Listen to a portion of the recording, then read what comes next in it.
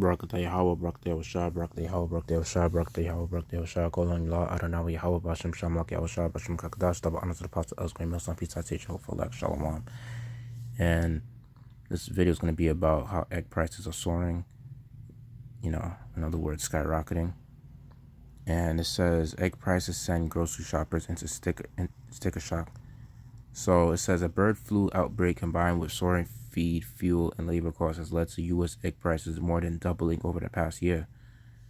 And that's another thing too. Like when it's coming to these these elites, they like creating these problems because at the end of the day, they're just trying to get rid of that dollar and bring in a digital system, so they can, you already know, start their process of their NWO agenda, which is getting people, C-hipped, if you know what I mean.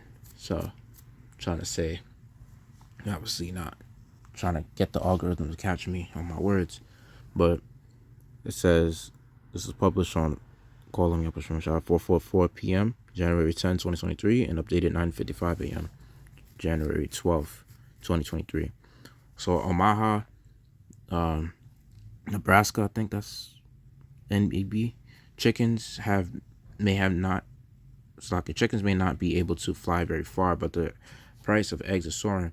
A lingering bird flu outbreak combined with soaring feed, fuel, and labor costs has led to U.S. egg prices more than doubling over the past year and had to a lot of sticker shock on grocery aisles.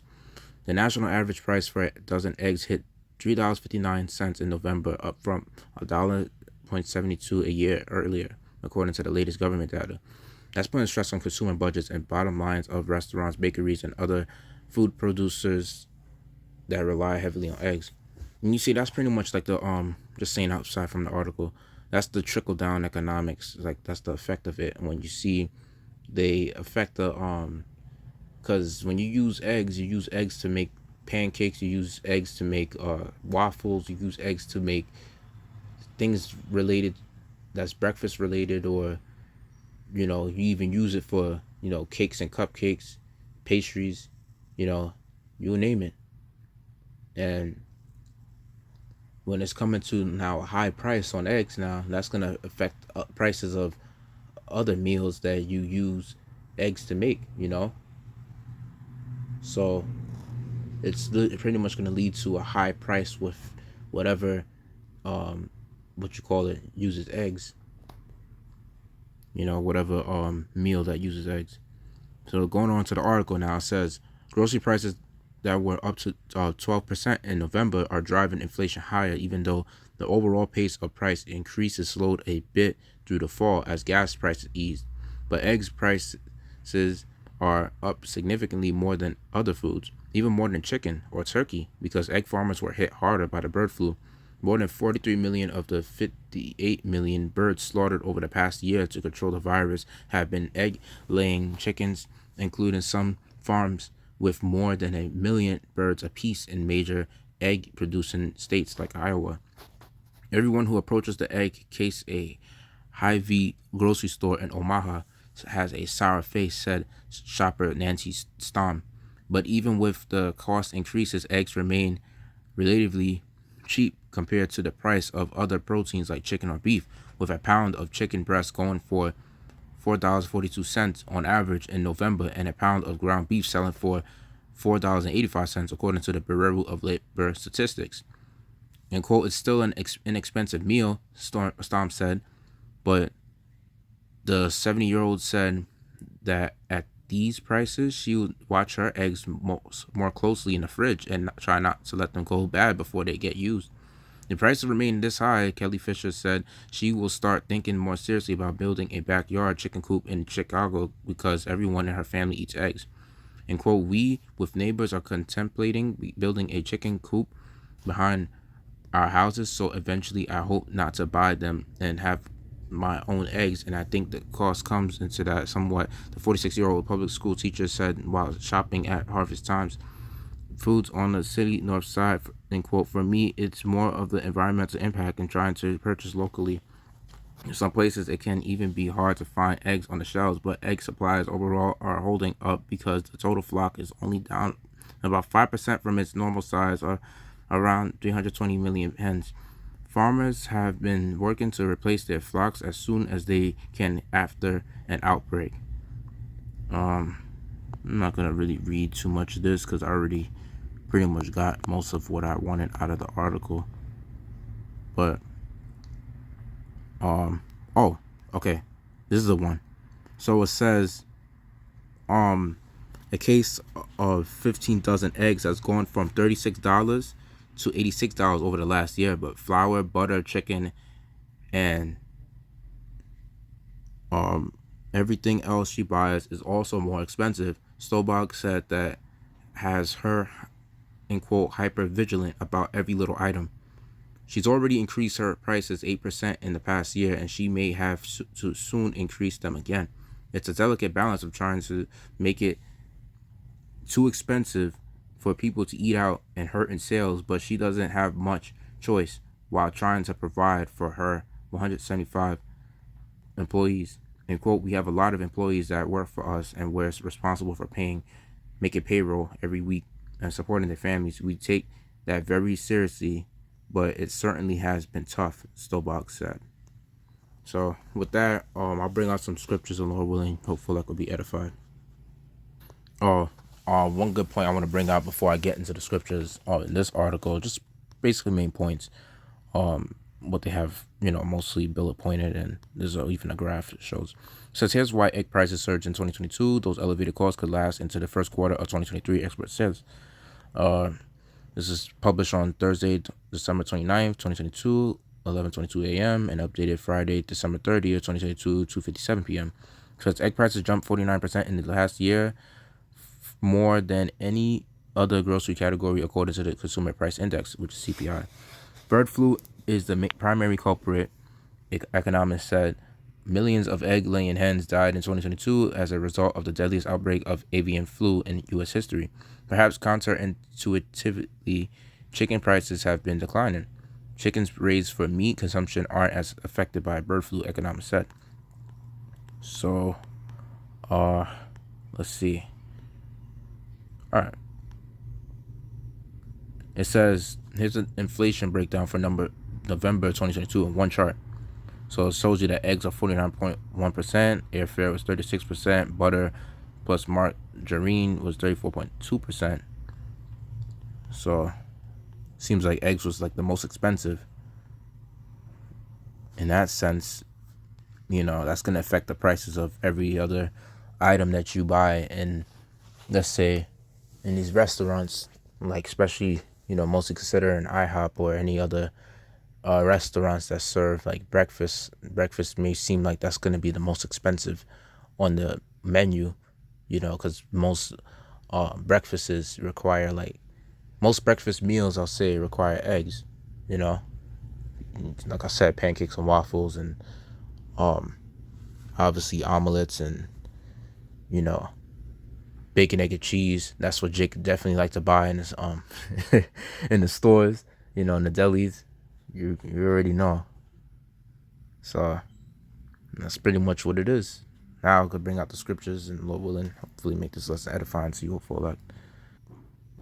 So Revelation chapter 6 verse 5 says, and when he had opened the third seal, I heard the third beast come and see, and I beheld, and lo, a black horse, and he that sat on him had a pair of balances in his hand.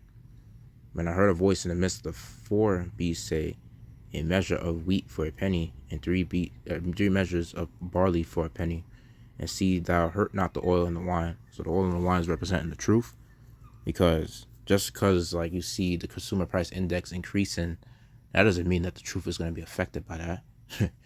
And if anything, I feel like with these high inflations eventually,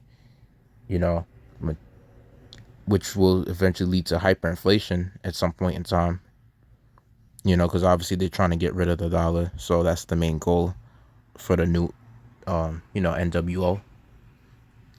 You're going to see more Jakes trying to, coming out to seek it for answers, so they might happen to see a lot more Jakes listening on the side of the street, on the highways and byways, like when they see brothers teaching, because they wanted answers at this point, and the news is not really helping it. And these food banks, they're even mentioning how they're even struggling to pretty much feed people because of these high consumer price index. You know, people that have like families, even working people that have families, like they are going to food banks as well. It's insane. So it says, and when he had opened the fourth seal, heard the voice of the fourth beast come and see. And obviously, you know, the pale horse was going to mass death, and that's pretty much what's happening to those, you know, supposedly happening to those chickens or so. But which is causing and very soon in the future you're gonna see that pale horse manifest into where when that hyperinflation hits and things start getting more expensive, you're gonna see a lot of people pretty much dying from famine in the future, because in the Bible things like that has happened in past times. It tells you about the famine in Samaria. People had to it tells you in the book of, I think it's Lamentations, the 4th chapter, where it goes into how people had to boil their children. And yeah, it's gonna be times like that all over again, and it's gonna be a, let's say, it's gonna be twice as worse than it was in the past, because you know all the things that happened back then, it's gonna happen to a level that can't be comprehended, you know, and people gonna really understand that the Most High is fed up with America, mainly because America's gonna get it the worst. And people are so comfortable in America, they're not used to this, you know. They're comfortable, they're privileged, they're very, you know, pampered, I'll say. And that's the problem with them. But eventually the Most High is going to get them out their comfort zone and give them a reality check. In the second Ezra chapter 16, verse, let me see. Okay. I'll say verse 18, the beginning of sorrows and great mournings, the beginning of famine and great death, the beginning of wars and the power shall stand in fear, the beginning of evils, what shall I do when these evils shall come? Behold, famine and plague, tribulation and anguish are sent as scourges for amendment. But for all these things they shall not turn away from their wickedness, nor be always mindful of the scourges. Because there's going to be a time where those scourges is going to happen for a certain time, and the Most High, he is going to be a little lenient at certain times to, you know, to hold it back. But at the same time, it's like these people are still just going to go right back to their wickedness. You see, the funny thing is, like, when this whole COVID-19 lockdown had happened, people wearing face masks, and then they were able to do like certain things to go back to normal, but in a sense they had to do it at the expense of breathing their own carbon dioxide like damn fools. And then here it is where they said that you had to basically get the, you know what, that juice up in your system, and then everybody went to get those jump shots like fools. And then now they were saying that for the ones that didn't get the jump shots, they have to keep their mask on. And then all of a sudden they said, oh, everyone got to keep their mask on regardless if you got it or not. You know, people falling into the snares of the devil.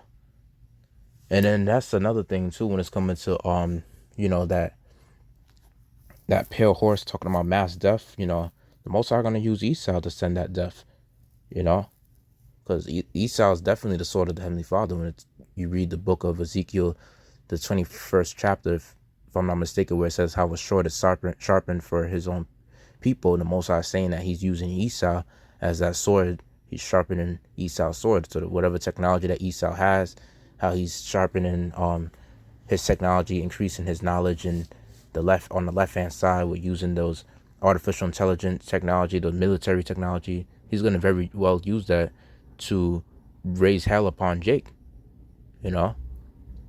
And another form of that mass death is also going into like those pestilences that Esau be broadcasting on the mainstream media, and then sometimes you even see on social media that people, because usually the media goes hand to hand. Like what did they post on broadcast on social, what they broadcast on the mainstream media, a lot of times you're gonna see people on social media that's gonna post it on their stories, or they post it on their news feed, and then that ends up like getting you know looked at by a lot of people that follow each other and that are friends with each other, things of that nature. It eventually like people start seeing those things, and then they start getting it fair, you know, especially when those pestilences are causing like food shortages. So Esau's trying to link it hand to hand, like, and a lot of those pestilences, I'm not gonna hold you, like Esau's the one that's mostly causing it, because he's giving these animals, like mostly genetically modifying animals and things of that nature, like, and that's mostly gonna cause an animal to be sick if you genetically modify them, giving them antibiotics and probiotics, all this other injections, you know. He's the one making them sick, mixing their genes. And Most High said you're not supposed to mix seed. You know, you're not supposed to pretty much like mix around and alter animals' DNA. You see, if only Esau did things the Most High's way, there wouldn't be so much problems on this earth. But no, he gotta always do the opposite. And then he wonder why the Most High hates his ass. Well, I mean, I can't really complain because the Most High made his spirit like that anyway. It's already prophesied. It's already written, you know. So it's just like basically Esau's following the skit, you know, and he's going by what the Most High already scripted for his ass, you know, and showing you how the Most High is using Esau to do these things, you know, starting from these elites, you know, pushing out that for famine to happen, you know, and it's mainly just to basically decrease the world population, and it's also to like have people to be so stupid and desperate to doing whatever that this devil wants them to do, so they could fall in his traps, and Esau could basically get them in that trap, you know. That's basically the main goal of it. And then, you know, taking that obviously that MOTB, which is the end goal, and that's the main goal. So the diseases aren't really the main culprit. I'll say it's Esau's the fucking main culprit, because he's the one causing all these diseases and stuff. And even on a certain level, like the Most High, you know, he's using Esau to do it, of course, because it's already prophesied that famines and, you know, tribulations will happen, and and the sword will happen. And Esau is the Most High's, you know, sword on the left hand side. You know, he's a physical sword on the left hand side. You know, so he's also like the physical counterpart of the spiritual demon Satan as well. You know, because of how wicked he is. And it says in verse 22, for many of them that dwell upon the earth shall perish of famine, and the other that escape the hunger shall the sword destroy. And the dead shall be cast out as dung, and there shall be no man to comfort them, for the earth shall be wasted, and the city shall be cast down. All right. And basically, pretty much people may have it to where like they might be able to store their food, but hey man, that's why you have a second Ezra's 15th chapter, you know, talking about how they were going to be sedition amongst men, you know. So if you don't got what it takes to defend your assets or whatever that day, the main assets is going to be, you know, those weapons. And I'm just saying on a carnal level, because obviously all that shit is just vanity, and that shit is just like, you know, flesh. That shit is carnal. It could be destroyed, it could be stolen, you know. It could go rotten, like the foods and stuff. Yeah, and basically metals like guns and things of that nature could always rust and jam. You know, it could always backfire on your ass. You name it. But if you don't have what it takes to defend your property and you know your victuals, then basically that's just gonna get stolen, and you're gonna get your house ransacked by by breachers. And it says Second Ezra chapter 15 verse 14, woe to the world and them that dwell in it therein, for the sword and destruction draweth nigh, and the one people shall stand up and fight against another, and swords in their hands. For there shall be sedition among men, and invading one another. They shall not regard their kings nor princes, and the course of their actions shall stand in their power. And man shall desire to go into a city and shall not be able to. For because of their pride, the city shall be troubled, and the houses shall be destroyed, and men shall be afraid. Man shall have no pity upon his neighbor, but shall destroy their houses with the sword, and spoil their goods because of the lack of bread and for great tribulation.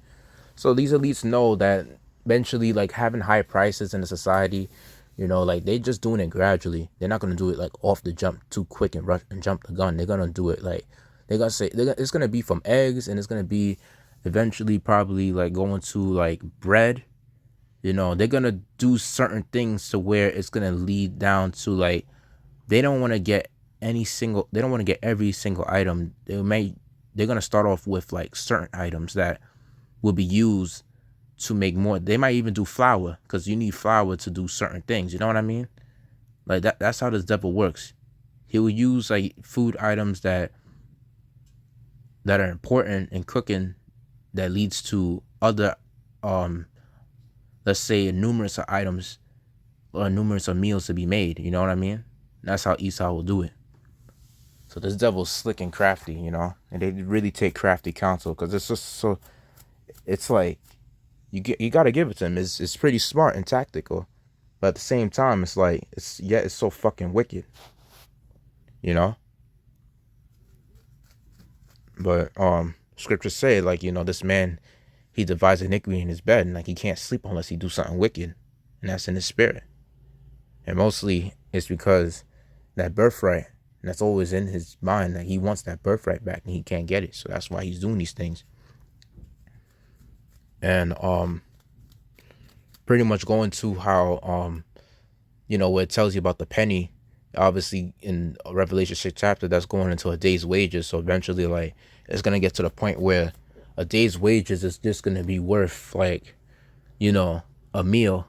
Basically, it's gonna get to that point. And at some point in time, it may even be to the point where a day's wages may be equivalent to however much food that you get in that specific day. Like, let's say you make $200 in a day, and that might be the cost of bread.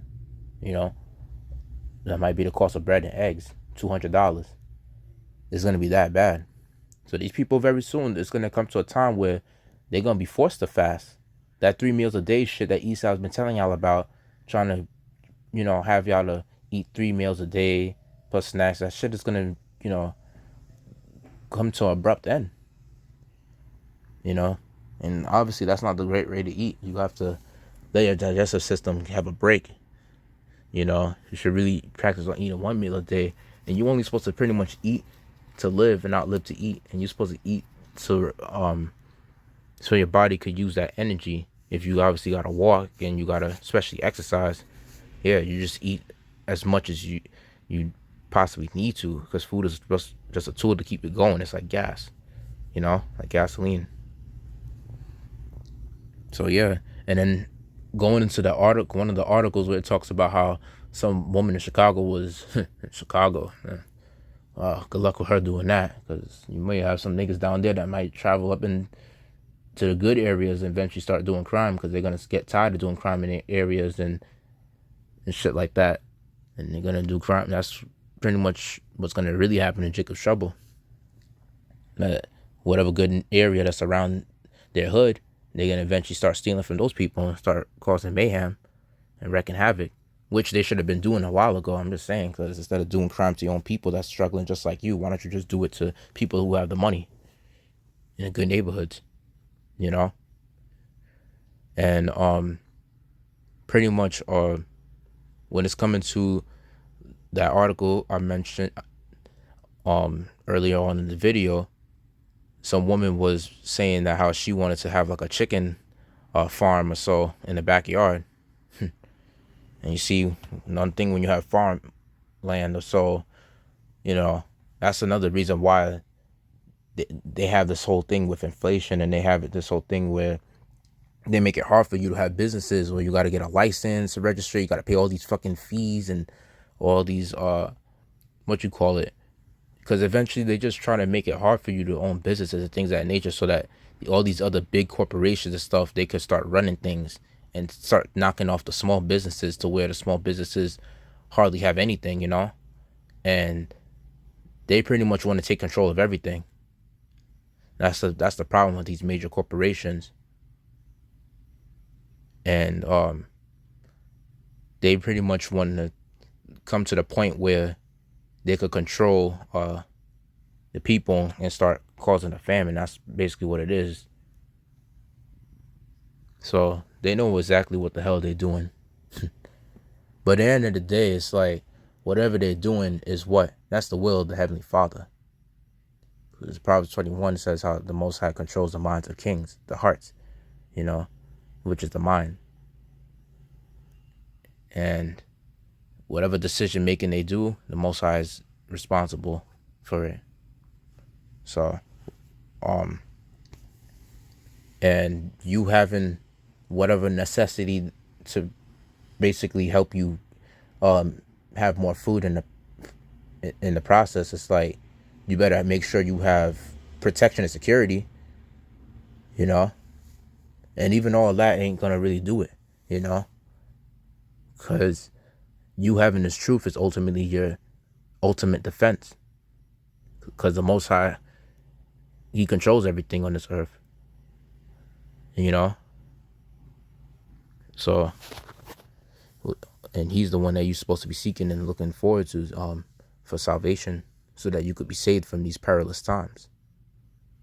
But that's all I want to get in on that. That's all I want to get out of that lesson. And they wouldn't mean to make it too long, but, you know, I was just going with the spirit, you know, took me. But with that, hope us edifying. Let's give all glory, praise, and honor to Adonai Yahweh, Bashem Shalom, Laki Yahweh, Bashem Gakadash. The honor to the apostle, Elsmate Millstone, peace, I say, for Lek, Yahweh, Bashem Shalom, Shalom, Shalom, Shalom, Shalom, Shalom, Shalom, Shalom, Shalom, Shalom, Shalom, Shalom, Shalom, Shalom, Shalom,